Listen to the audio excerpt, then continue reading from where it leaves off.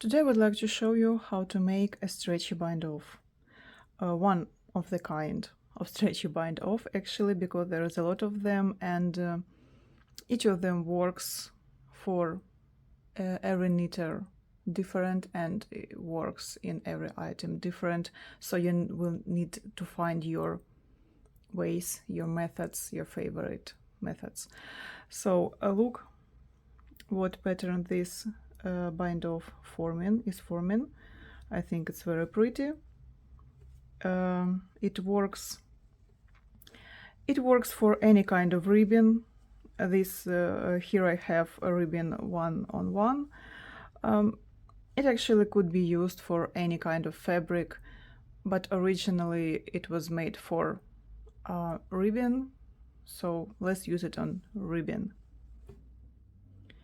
It works the same for the flat fabrics and for working in the round. In a moment I will show you how to make it.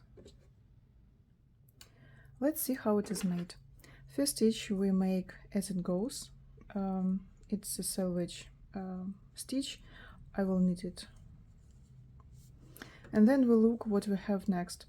If we have next the knitting stitch, we'll make yarn over from the front, knit this stitch, and then we slip over those two loops.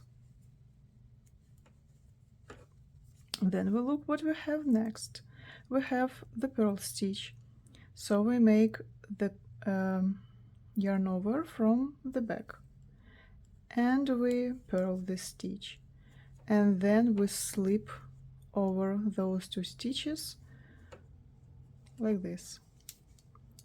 So from the front, knit, slip, slip. From the back, purl, slip, slip.